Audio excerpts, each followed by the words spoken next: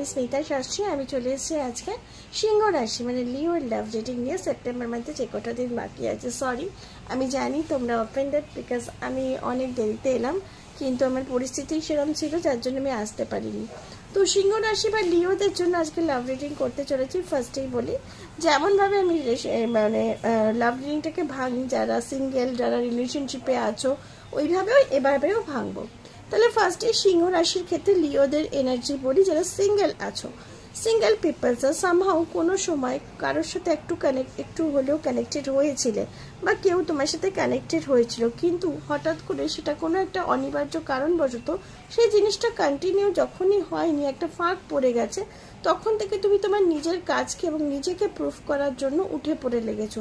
তুমি তোমার নিজের কাজে এতটা ড্র্যাগড ইন হয়ে গেছো, তোমার তার কথা মনে পড়লেও, তুমি সিঙ্গেল থাকলেও তুমি তার কাছে রিলেশনশিপের অফার নিয়ে যাচ্ছ না, কেননা তোমার কোথাও একটা খারাপ লাগা আছে।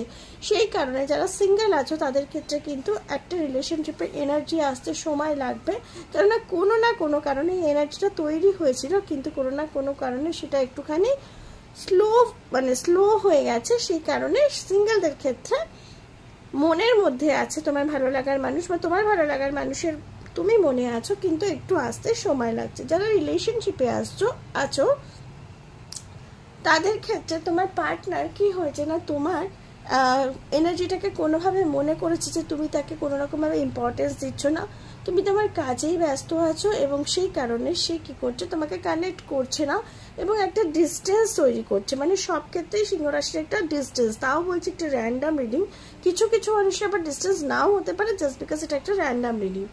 এবার হচ্ছে যে যারা রিলেশনশিপে আছে তাদের ক্ষেত্রে মনে হচ্ছে যে তোমার পার্টনারের মনে হচ্ছে যে তুমি তোমার কাজে বা তোমার অন্য প্রায়োরিটিসগুলো এতটাই বেশি যে তুমি তাকে সময় দিচ্ছ না, এবং সেই কারণে সেও একটা ডিস্টেন্স মেনটেন করতে শুরু করেছে। সম্পর্কটা যেভাবে চলছিল সেইভাবে চলছে না, কিন্তু সেই সময় তোমার কিন্তু এই যারা সম্পর্কে আছো তাদের কিন্তু আরও মানে সম্পর্ক থাকতে থাকতে তোমার কিন্তু পাঁচ থেকে কোনো মানুষের সাথে তুমি কানেক্টেড হবে, যেখানে কিনা কিছু কিছু সিংহ রাশির ক্ষেত্রে যেখানে কিনা আরও কিছু চান্সেস থেকে যায় সম্পর্কের। কিন্তু এই সময় সিংহ রাশির ক্ষেত্রে কিন্তু ডিপার লেভেল, যারা রিলেশনশিপে আছো সেকেন্ড লেভেলে যাওয়ার একটুখানি ব্যাপারটা কম দেখতে পাওয়া যাবে এই কটা দিন সেপ্টেম্বরের। এবার তাও বলছি র্যান্ডাম রিডিং, কিছু কিছু মানুষের ক্ষেত্রে যেতেও পারো। যাদের ব্রেকআপ হয়ে গেছে তারা কি করবে, পাঁচ থেকে মানুষ এসে রিলেশনশিপ মানে এক্স তোমার ফিরে আসার চান্সেস খুব কম। যা শুরু হবে নিউ রিলেশনশিপের সার্কেল শুরু হবে, যেটাতে তুমি হ্যাপি থাকবে, একটা নতুন করে একটা নতুন রিলেশনশিপ, নতুন ফিলিংস এরম তৈরি হবে যাদের ব্রেকআপ হয়ে গেছে।